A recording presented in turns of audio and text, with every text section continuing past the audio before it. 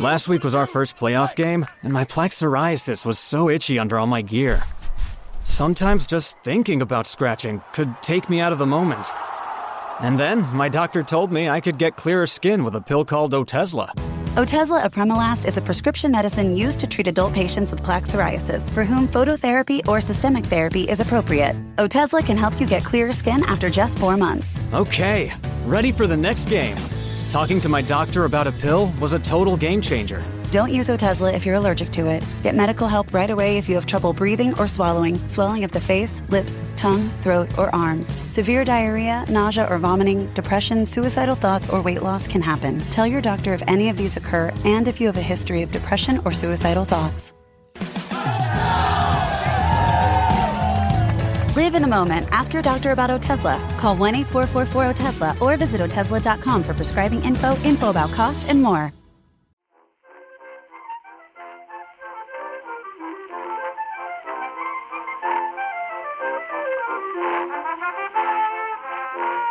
I just couldn't be bothered. I mean, I'm sure it's really good, but I had such a bad experience in the last Dickens. I mean, some Dickens is brilliant, but there's Great Expectations that Andrew Davis did. Hey, I was in Rochester before Christmas, and I accidentally timed my visit to Rochester, one of Dickens' homes, as you know, timed it to the opening of the new railway terminal at Rochester Station. I emerged from the station at 11 a.m. and there were two groups of people. There were a load of workmen in orange tabards holding up a sign saying Rochester Station. They'd all been given one letter each and cheering. And then next to them were a load of Dickensians.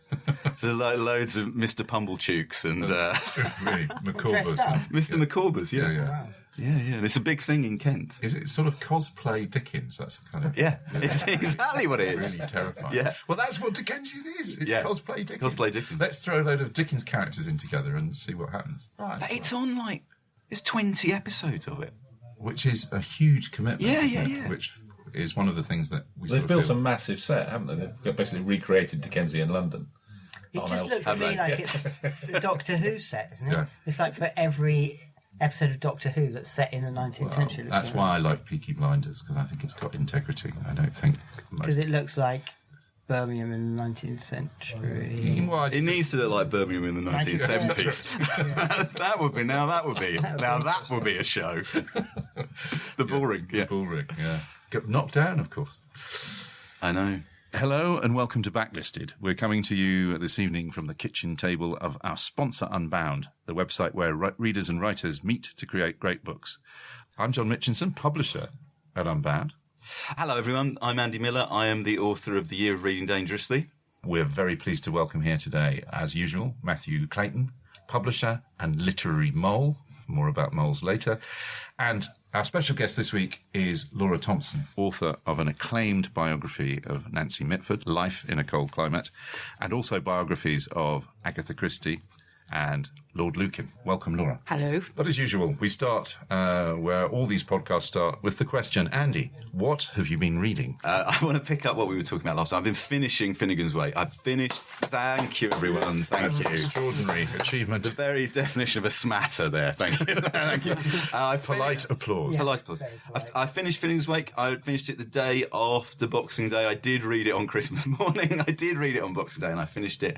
And I just wanted to add to what we talked about it last time, that I had a realisation about halfway through Finnegans Wake, which was this.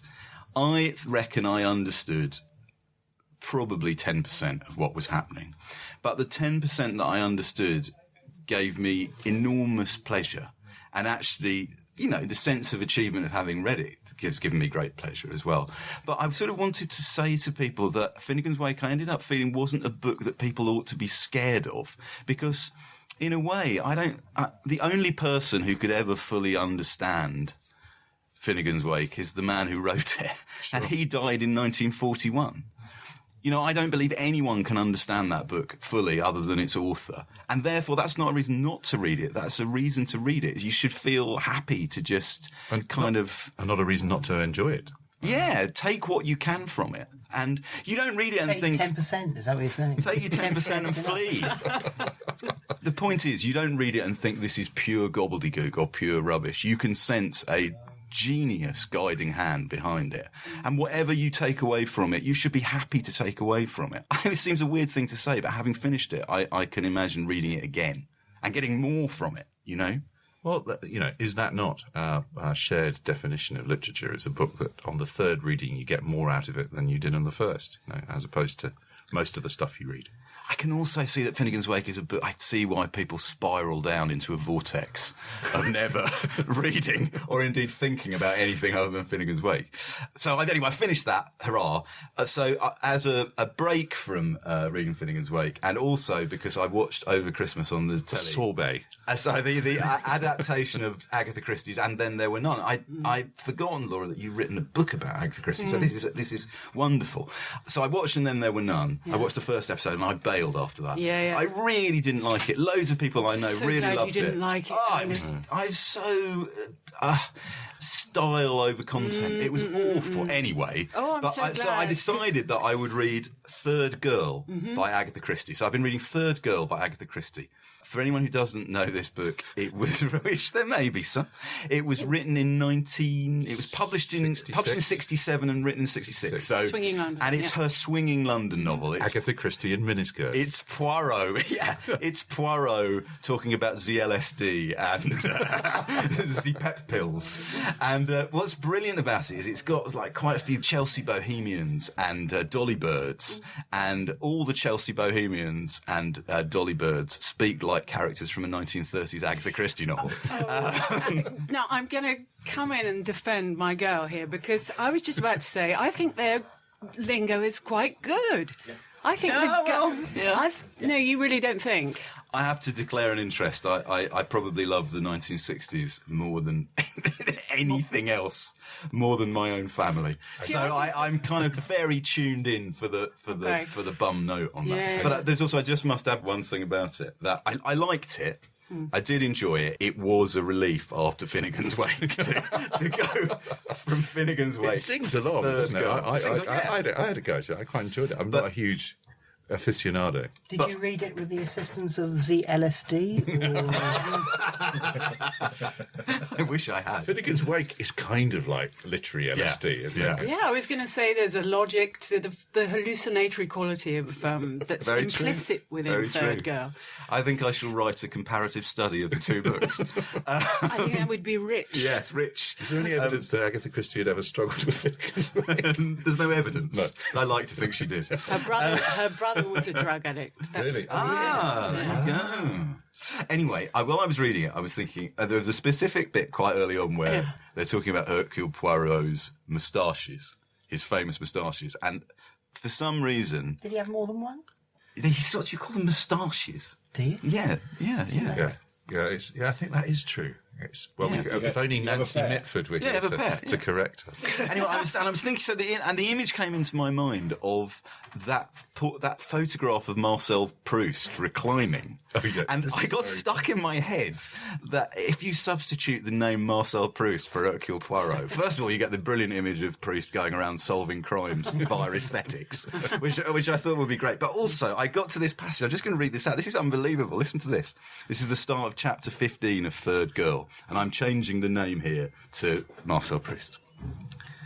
At Marcel Proust's elbow was a tisane prepared for him by Georges. He sipped at it and thought.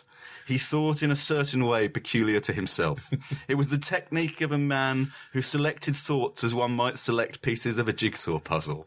In due course, they would be reassembled together as to make a clear and coherent picture. That's the Proustian method right there, as defined by Ms. Christie. So I did enjoy it very much, yeah. Before we move on, Laura, what would be your one adaptation of Christie that one should watch? What would it be? Interesting.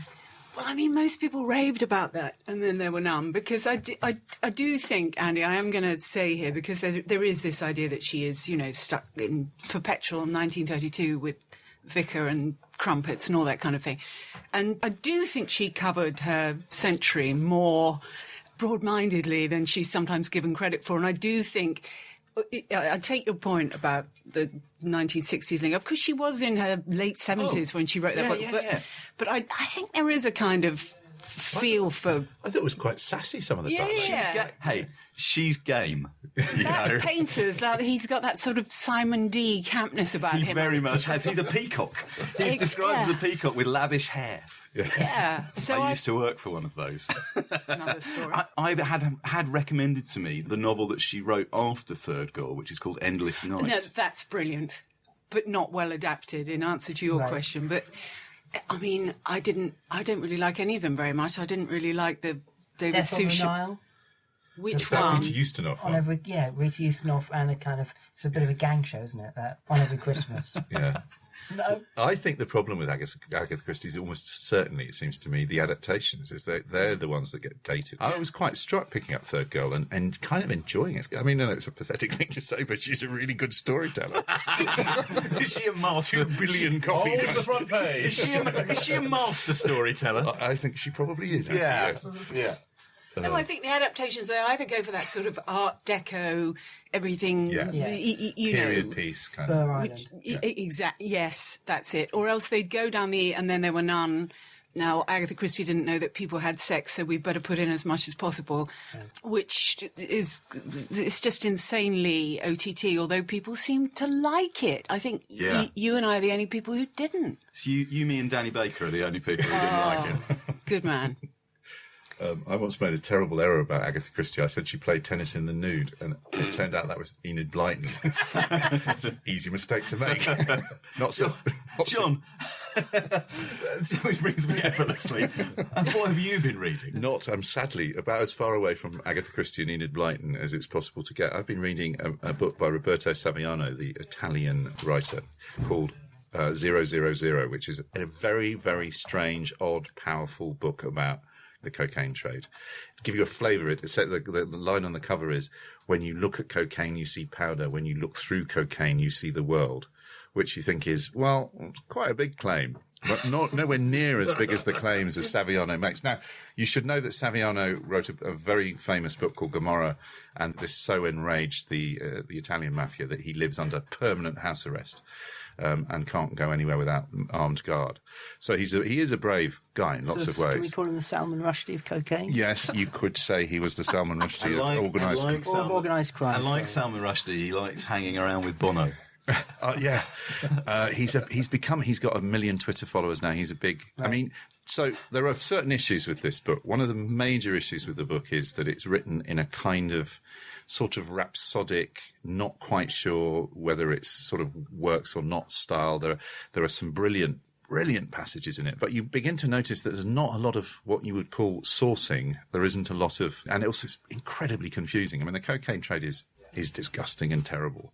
And he's angry, very angry about it. And the point of the book, I guess, is on one side is to say, look, we all think this happens in Mexico, but in fact, we're all complicit. You know, cocaine is rife. The UK is where all the money is laundered.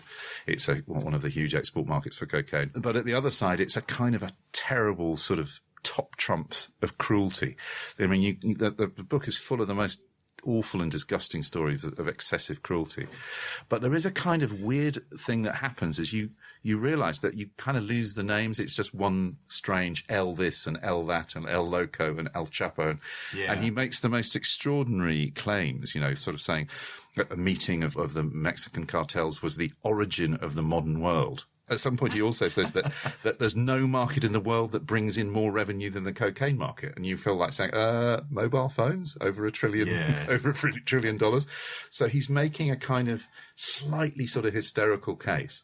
The other thing is, which has come out, a lot of it is kind of quite lazily taken from Wikipedia, from other journalists. None of it is properly sourced, knowing what it's like to get green ink letters if you make one QI fat long. Actually, I'm slightly amazed that Penguin Press have gone with it, but they have. It's been a huge hit.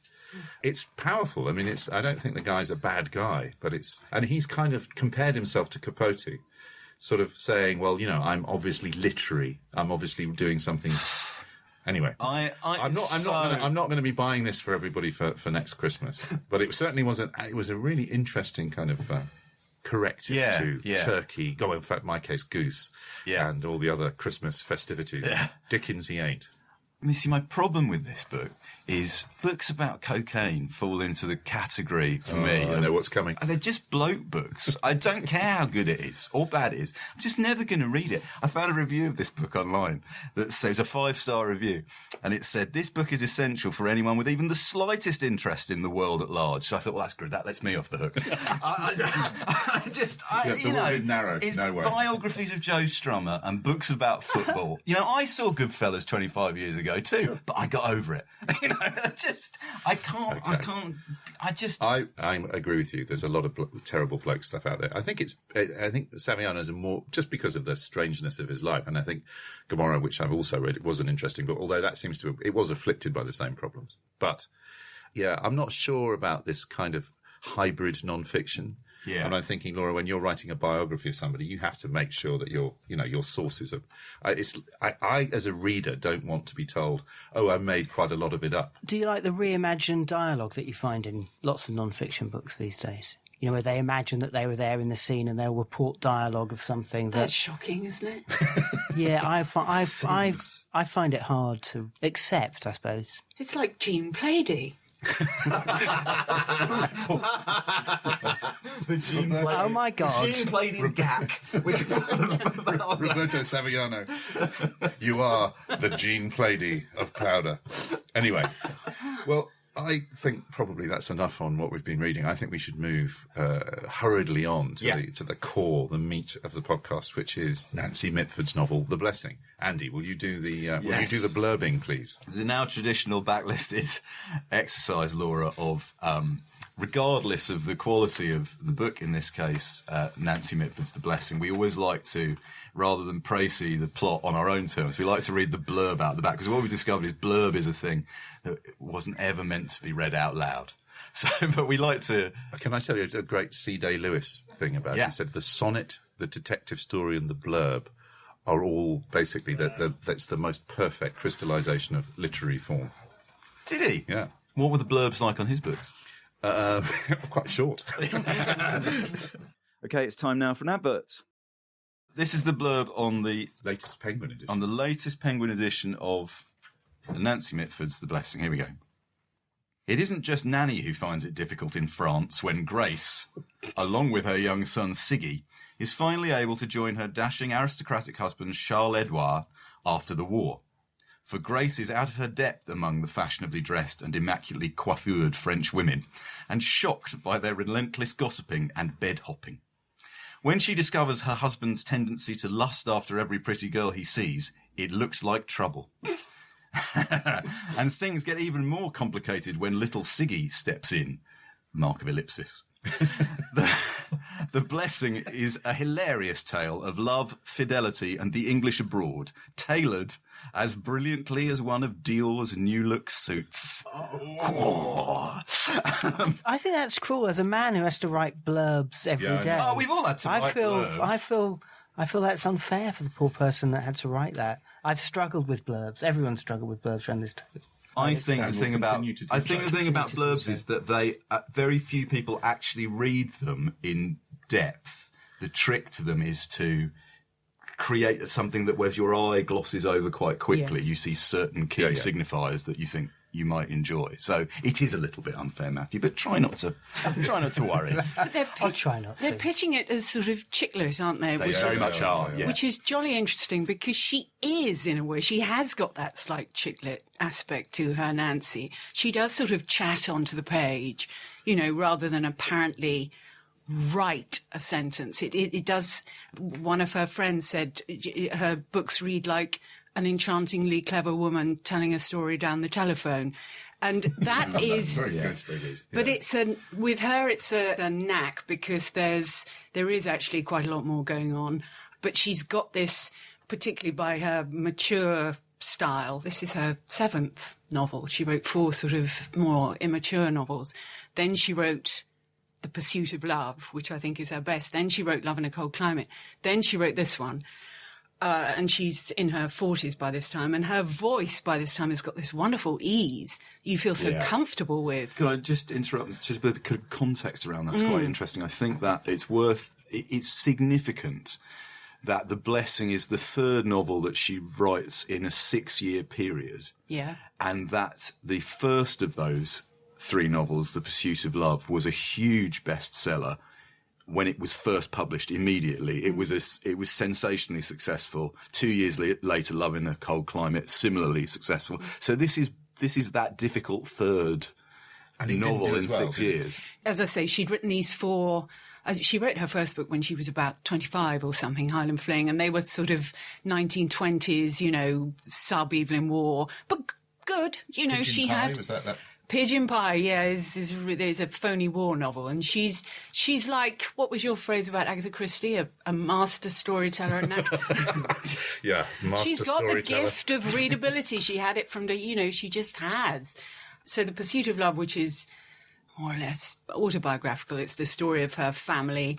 In 1945, the family had all fallen apart by that time, but she recreated them as fiction, and it was incredibly successful. Same as Brideshead Revisited.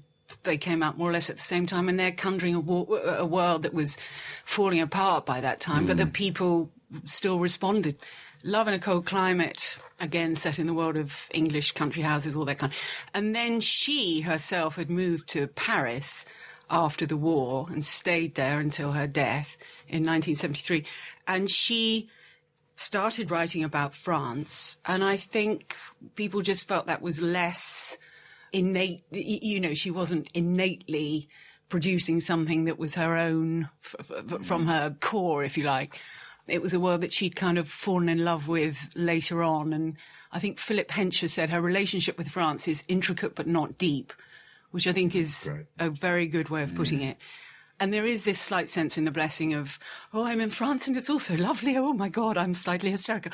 But, you know, so Grace is the English woman who falls in love with the French man and everything French, just as Nancy did. She had her French lover. Yeah, I was going to say, because Palevsky was her. Yeah, Gaston Palevsky, who was General de Gaulle's right-hand man in London during the war, and Nancy started an affair with him. And he looked nothing like the guy in The Blessing. You know, he was kind of textbook sort of, kind of dashing, sort of tall. Dashing soldier. And you say they fall in love, but it happens really quickly, doesn't it? Yeah. In one kind of almost casually. But that's a wonderful thing about Nancy Mitford as a writer. I mean, I'm really interested in talking about Nancy Mitford as a writer. One of the things that she does brilliantly and very almost idiosyncratically is plot happens in a line or two. Yeah. You know, there are long, hilarious passages of dialogue, and yet the birth or death of somebody or the information that's given to the reader that Grace is pregnant before she miscarries. Yeah. That happens in a line. This happened when I read Love in a Cold Climate quite recently, within the last few months, and I had the same thing where I would suddenly stop and reread a short sentence in which something really significant seemed to have happened.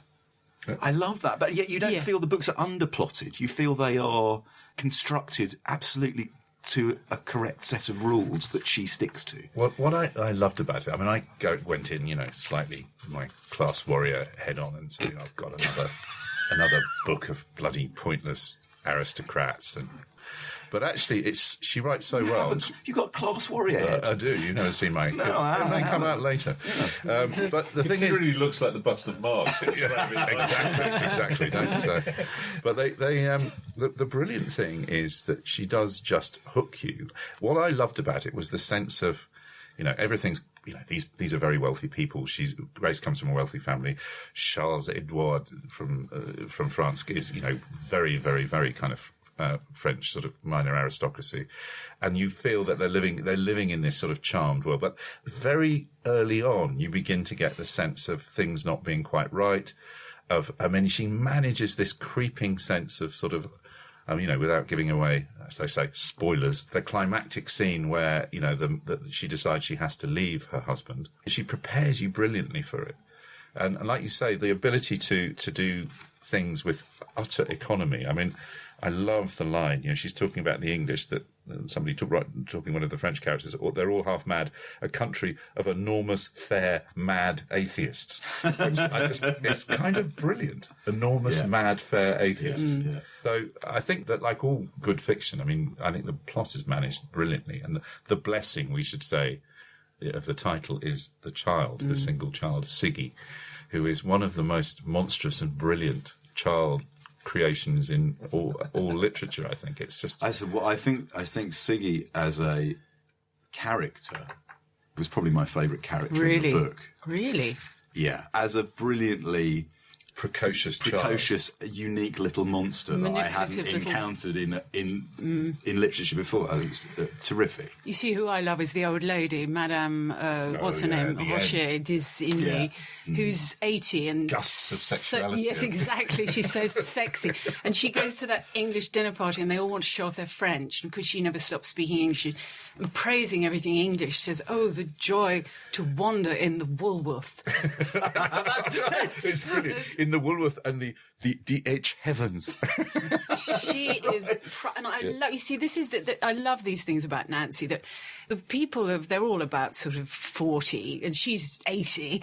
And there's this sense that when you get older, that's when life starts getting really good, and you start having a wonderful time, and you don't have to give up any pleasure just because you're got practically 2 feet in the grave. And young people are regarded as it's the best line in the whole of Nancy Mitford for me, because there's this frightful sort of joke American who says to Dexter says to Madame Rocher, "What do you do for your young people here? How do they amuse themselves?" And she says, "They're young. Surely that's enough. Why do they need to amuse themselves?" And I think of that all the time, because it's so sort of that's pure Nancy. It seems like nothing. But there's actually rather a lot to it. The book is, as you say, John, there's a kind of a stringency to the book. Yeah. And it sometimes amazes me that women like Nancy so much, because she really gives women quite a tough time, you know. If your husband is playing around, but nevertheless in every other way he's attractive and desirable, you should really turn a blind eye. That is her message.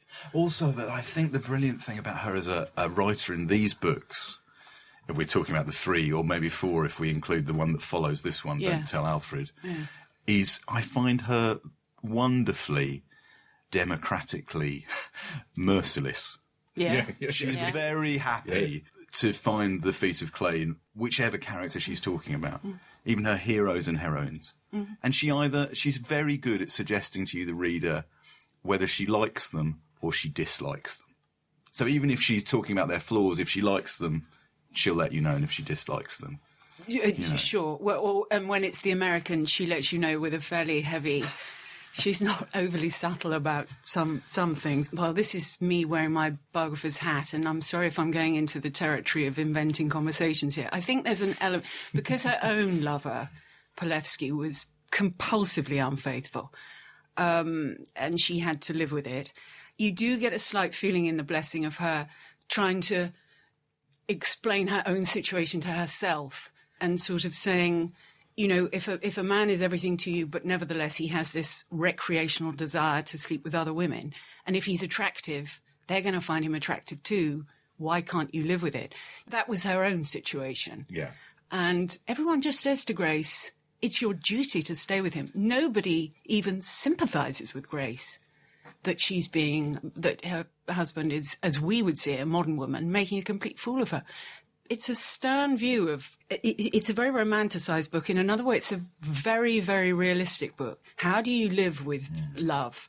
How do you make it work? How do you make a marriage work? I mean, I thought incredibly modern in that way. I really thought that... and, I mean, there's some fantastic... I mean, I don't think she is a satirist. I don't know. Absolutely agree with you. Yeah. But the portrait, which I think you in your wonderful biography say that the captain, who is this avant-garde theatre director, sort of based on Cyril Connolly, has all these women, kind of big-boned women with bare feet, and I mean they're bohemians. Blue feet, yeah. Look, they're proto-beatniks. They're proto-beatniks, and they're kind of their sort of thing is to go off if they feel they're being badly treated by a man. They go off and have an adventure, but they come out of the book a lot less well than Grace. I mean, you kind of end up really admiring Grace, and if I'm right, Grace and Charles Edouard reappear in the next novel. Yeah, they do. Kind of happier and more. I'd like to ask, Laura, we talk about this book as being autobiographical and related to things in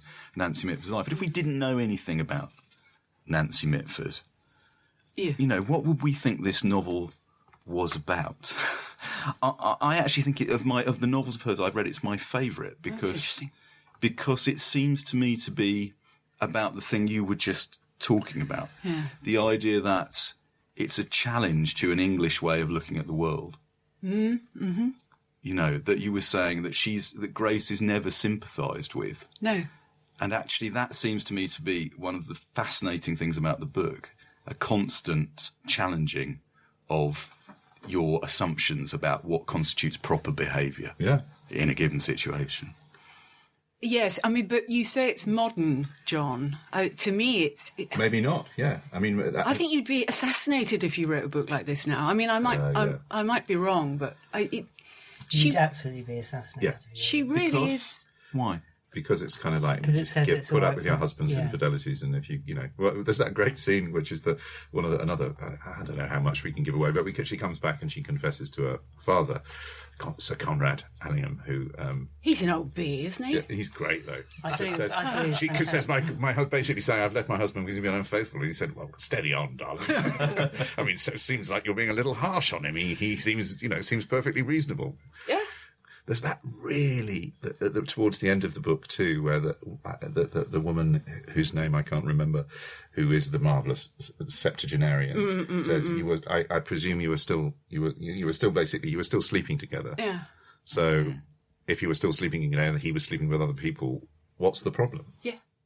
But it is... you're right, that is the kind of message of the book. Oh, the women he's sleeping with are married. I mean, it's not a kind of, men can sleep with people and women have to... I mean, if Grace had wanted to have an affair, that would be okay. Yeah. It's just a sort of meditation on how you sort of on compromise in a way. I do love this. Just a great little thing. Madame Rocher, who is looking through her lorgnette here. I love this. She's talking about modern youth. I might do a really bad French accent, maybe I shouldn't, but I'm glad it's not me growing up now. What a world for them. Atom bombs and no brothels. What will parents do about that? After all, you can't very well ask your own friends, can you? I suppose they'll all end up as pederasts. Yeah, I mean, you probably wouldn't get away with that easily in a modern novel. Would this novel have been considered shocking in 1951 in any way? In a way, I mean, you're saying it would be assassinated now? No, I don't think. I mean, their dinner party talk. I know there's a bit when Charles Edouard says, "Oh, it's tough for us men now, isn't it? We have to deal with abortions and this and that," and you sort of think that's their chit chat. I don't think people were shocked. No, I don't think they were. And I know, Love in a Cold Climate, which is all about, there's an awful lot of homosexuality in it. And Harold Acton, who was Nancy's first biographer, said the non-judgmental way in which she portrayed the gays in Love in a Cold Climate helped change attitudes. Yeah. They didn't like it in America. But she said, I shall never write about the other kind of love because this kind sells much better. But she doesn't judge ever, I don't think. She's not a satirist. I agree with you, John. There is a sort of benign... The style is so benign and smiling. She's not as good a writer as Muriel Spark, but there's that assurance in the voice that is similar, and that kind of... There's a line in Muriel Spark when she finds that her boyfriend's having an affair, and her remark upon it is, "I dearly love a turn of events." So she's not upset. She's just, and that's quite Mitford, I think. They sort of have an attitude to life that is very absorbing to the reader, very reassuring to the reader, even though it is astringent. And I just think the full-blown Mitford voice is really at the heart of what makes this novel good. Yeah. I read it at the same time as I was reading the letters that Nancy wrote to Hayward Hill. Oh, yeah. So Hayward Hill is the bookshop, the wonderful bookshop still going in Mayfair on Curzon Street. Is this a tenuous link coming up? It's relatively tenuous, yeah. I think we could describe it as such. So I read it at the same time. So Nancy worked in Hayward Hill during the war. I think she managed it during the war. And so she wrote these wonderful letters, this wonderful collection, in fact, that the bookshop, I think, brought out between the two of them, that goes over the whole course of their life, really. And it's interesting that readability is there in the letters. It's there, you know, from the first page, you're straight in there and you're already on page 10. And they have that same sense of gentle teasing that you get in the book. That's really, it's without kind of rancour or bitterness. And it's full of wonderful. My favourite bit in it is which is in fact Hayward Hill talking, but it could be Nancy, where they're describing a dinner party that Hayward Hill has, and the guests get quite drunk because the food doesn't arrive till late, and his wife falls over and hurts her leg. And she says, "Oh God, I can't bear to look at the wound. What does it look like? What does it look like?" And one of the guests who's rather drunk says, "Well, it rather reminds me of the of a Maltese goat." Well, we're on animals and genitalia. I mean, my funniest story, which is right at the beginning of your book, is on Nancy Mitford's tomb. There's a mole. And there's a letter from an aunt, isn't there, about the little, I think I'm allowed to say this because it's just little gold on her tomb. And dropping C-bombs like mad now. But the point is, there is a Gloucestershire, she says, and the answer is it's an old Gloucestershire term for the female pudenda. But it's not. The Gloucestershire term, because I live nearby, is wunt, I think is. Oh, really? Yeah, unt. Wow. So not. So back on safer ground. So a tiny bit of trivia for the end of this tenuous link. So I asked the wonderful Nikki Dunn at Hayward Hill, what order do they sell? You know, what's the best-selling list of Nancy's novel? What's top? What's bottom? And I wanted to ask the three of you. Firstly, which do you think was the best-selling novel today, and where do you think The Blessing comes in the top 5? So I'm going to start with you, Laura. What do you think is the best-selling Nancy Mitford novel today? Oh God. Love in a Cold Climate. John? Well, I'd also go for that one. Andy? I'm going to say Wigs on the Green. It's actually Pursuit of Love. Love in a Cold Climate's number 2. The Blessing's number 3. And Wigs on the Green's number 5. Oh, that's pretty interesting. So 4 is Don't Tell Alfred, is it? Or, yes, it is. Yeah. 4 is Don't Tell Alfred.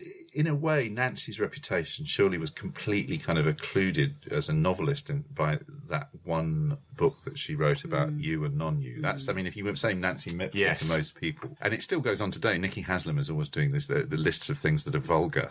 Which Christmas trees are vulgar. I hadn't appreciated that, and this is such a huge cultural moment, wasn't it? It's a cultural moment. This is the thing that happens with culture. I don't know this. What was the cultural moment? Well, you and non-you, I don't actually have no idea what they stand for. Upper class. Upper class. But Nancy Mitford conceived and wrote the you and non-you classifications very tongue-in-cheek and affectionately, and as is the way with cultural moments, the tongue-in-cheek element rather fell away. And people wrote to her saying, you know, what is good form?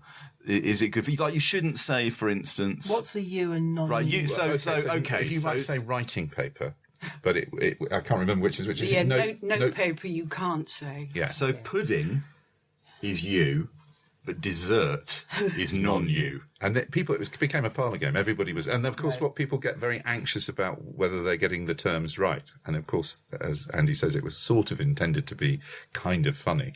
I mean, she didn't like people saying cheers was very non-you. She was a snob in some ways. She said Graham Greene's novels were full of pubs. Why we love them. She called him, she had a funny nickname for him, wasn't she? Like Grim Green or something. Really? I didn't know that. In the letters. Yeah, it started because there is this thing in The Pursuit of Love where the father, who is her own father, sort of says, oh, you mustn't talk about notepaper or something. And some professor picked up on this and said, can I quote you, Nancy, in my learned paper? about philological whatever.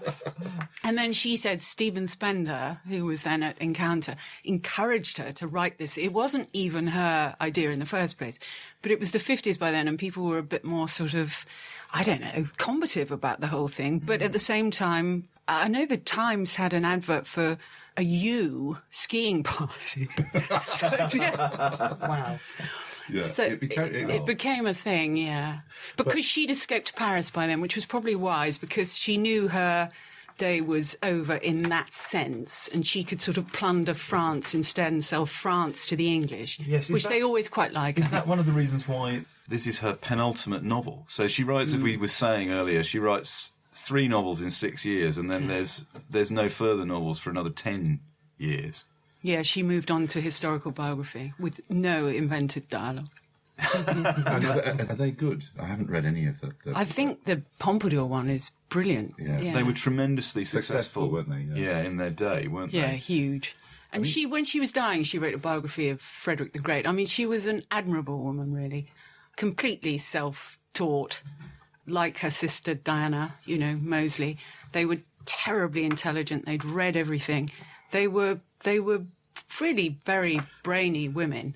Sort of like, I also like to think of them as the Kardashians of the mid 20th century, but I want to covered blue stocking. This is the thing. This is the thing. I really want to talk about. I'm really fascinated by this. I'm fascinated by what it says about the British, particularly, that in the last 10 years, it seems to me, there's a real kind of Mitfords as the Spice Girls thing that's happened, and with Nancy as kind of righty Mitford, and swastika Mitford,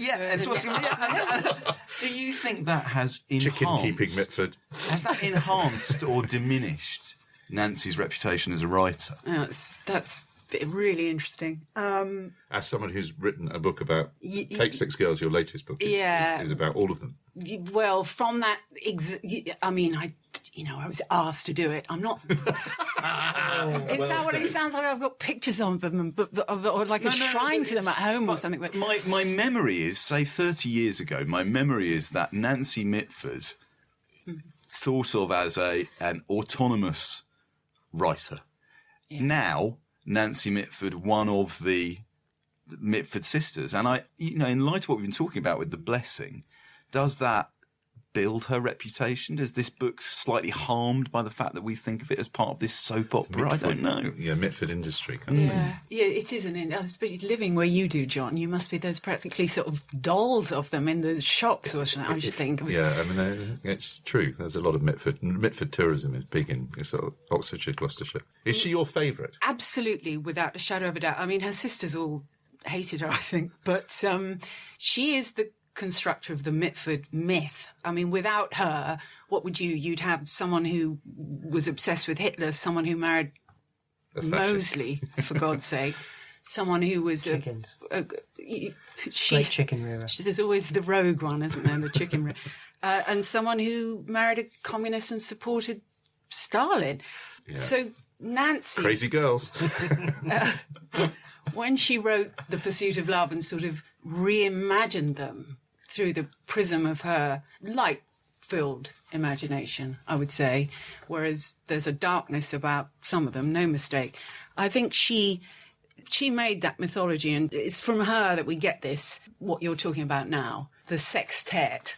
Yes, that's very interesting. And we think it's a shame. I think we think it's a shame because I really, really enjoyed. I mean, I will read more than Nancy Mitford, and I'm quite surprised by that because I'd sort of. I mean, I was perfectly prepared to say Mitford's. It's all a bit dated. It's all over. But actually, I found this book really. I thought about it. I mean, it really drew me in, and I think she just writes. I mean, she's also bloody. There's some amazingly funny bits. The nanny character, also the discipline of it. Yeah. If it were just soap opera or an insight into the lives of the rich and privileged, Well, all right. They are rich, though, aren't they? It really shocked me when I read it again. They've all got about 5 houses. I know, it's quite depressing when the bits in Paris with these, you go in this, what's such a large garden to have in the middle of Paris. I didn't know there were any gardens in the middle of Paris. But I love Nanny, because the whole thing is, obviously, she was a Francophile, and one of the lovely things is taking an English nanny and putting them in the middle of Paris. But of course, she hates everything about France and the food and everything. But the brilliant thing is she comes back, and there's a wonderful passage here, which I'll read. She's over the clanking cups of tea with her cronies, the other nannies sitting. She said, say what you choose. France is a wonderful country. Oh, it's wonderful. Take the shops, dear. They groan with food, just like pre-war.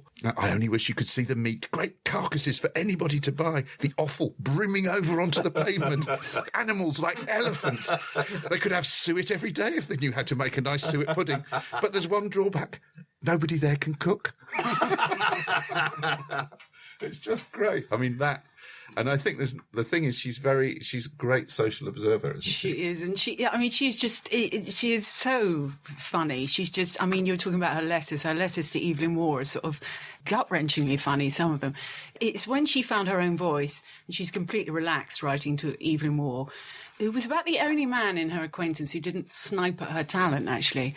Cyril Connolly was absolutely furious with the portrait of her. He said something like, yes, she carries on, she nags away at it, or something like that. Very snide about her. But when I wrote that book, the biography of her, because she'd done a play in the 50s, a sort of boulevard comedy, which unbelievably was directed by Peter Brook. So was it? It's bizarre. That's a marvellous Before fact. he did his white box and everything. Yeah. That's brilliant. That's amazing. It would be good if they put it in the That white is a very cool thing. So I wrote to him and I said, do you remember her at all? And he wrote back this lovely little letter and he said, what I remember about Nancy was that she was light, but not in the English sense, in the French sense, lightness as an absolute value, i.e. not the opposite of serious, but lightness having a value of its own. Yeah, and I thought about that a lot. Exactly what the flavour of the book is. That's kind of brilliant, That's actually. rather wonderful, yeah. The book, interestingly, was dedicated to Evelyn Waugh. I just read this great little bit from Laura's book, but in 1951, saying, reviewers are lazy brutes. It wasn't very well reviewed. No. Reviewers are lazy brutes. They want to say, here is another Mitford, sparkling and irresponsible in her own inimitable way. They can't bear to see a writer grow up. They have no influence at all. Everyone I know delights in the blessing, and I'm constantly buoyed up with pride at the dedication, which is a very generous thing from one writer to another. And you can kind of see that Waugh would have loved this book. Yeah, he was completely not spiteful in that way to her. Because, some of her sentences are terribly lazy. She'll write sort of, they had tea and all was merry or something like that. But it's quite, you know how... That always reminds me of the great Kingsley Amis line about Martin Amis's prose. He needs to have more sentences like, they finished their drinks and left. But that is so true, isn't it? Because every sentence now is so goddamn rightly, It's like being hit over the head with a thesaurus. And she is that casualness. Yeah. And he did criticise her for being amateurish, Waugh. And then I think he sort of realised that her defects and her qualities were as one and just went along with liking it. Right, your tenuous link. Right, John, here it comes. That was seamless. Absolutely seamless. God, can we run into that again? I'm sorry, I haven't time. Well, I was just going to go back to Hayward Hill again for very quickly, and thinking about Mayfair. So Hayward Hill's in Mayfair, and I've always been interested in Mayfair because it's this kind of weird place in that it was also a kind of centre of 60s culture. Yeah. And bizarrely, Hayward Hill's at 10 Curzon Street, and number 9 Curzon Street is the flat owned by Harry Nilsson. Do you know what happened in that flat by Harry Nilsson, Andy? I am sorry to report that it was the scene of the passing of Cass Elliot. Cass. And Next to Hayward Hill. Amazing. I'm not sure if it's the same side of the street or not. The next number. Keith Moon. Keith Moon. So, No. and it's also like Mayfair was the place that the Beatles moved to when they first moved to London. The only place they lived together was in Mayfair. So I was thinking about that and I wondered, well, are there any connections between Nancy Mitford and the Beatles? So I'm going to ask you all. There were 2 I've found, 2 connections. Stop. And I actually think that Andy should get one of them. If he doesn't get one of them, I'm already going to have to hand in my badge because I didn't spot the Keith Moon one. Okay, so can anyone think of a connection between the two? I'm looking at my connections folder and I'm seeing a blank space. I'm afraid. So Andy, I'm gonna give you a hint because you might get it. Think of Abbey Road. Think of the tracks on Abbey Road and the books that Nancy... Sun King. Exactly. Yes, the Beatles had a song called Sun King, and Nancy Mitford wrote a book called Sun King. So Hunter Davis says that... John Lennon was reading it? It was reading it or read a review of it, at least. So that's where it came from. Wow. That's cool. Yeah, that's quite cool. And the second link, we're going to hear it, and it's Jessica Mitford, and it sounds something like this.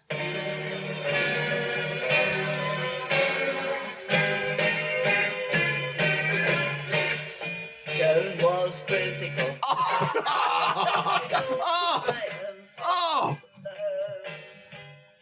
All alone at night with a test tube. How can we make one of the Beatles the worst song? It's got to be Even a little bit worse. Or better. Well, it sounds more like musical. The chorus is the best, actually, which is coming up in a second. Why? How? Under what circumstances did this happen? Oh, sure, we're going to hear the chorus. She's getting ready to go.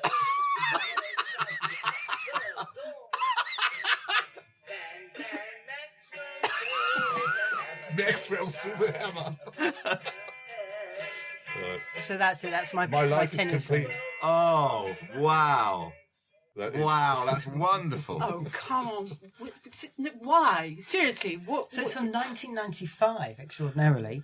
Is it on the Exotic Beatles or something? No, she started doing a kind of cabaret act. Why is it? I think she did it at a party once and then was encouraged and did little cabaret acts in various nightclubs around San Francisco. And there were 2 tracks that was actually released as a single. I was going to say, that's the single. Decker and the Dectones. The name of the band. Well, There you go. the speechless as usual. Bombshell. The speechless as usual. That was wonderful. Well, thank you so much, everyone. Yeah, great. And thank you in particular, Laura, for coming and opening, maybe dusting off the reputation of Nancy Mitford, and particularly The Blessing, which I think we all feel is hugely still worth reading. That's so nice that you liked it, really. No, really. If I had to choose one book that was the opposite of books about blokes and cocaine, it would be The Blessing. I absolutely loved it. I loved it. Thank you so much for suggesting we read it. It was great. Well, it's been lovely. I think that's everything. I should probably say, if you want to participate and suggest things that we might be discussing in future podcasts, please go to our Twitter account, which is @BacklistedPod, or our Facebook account. But thank you for listening.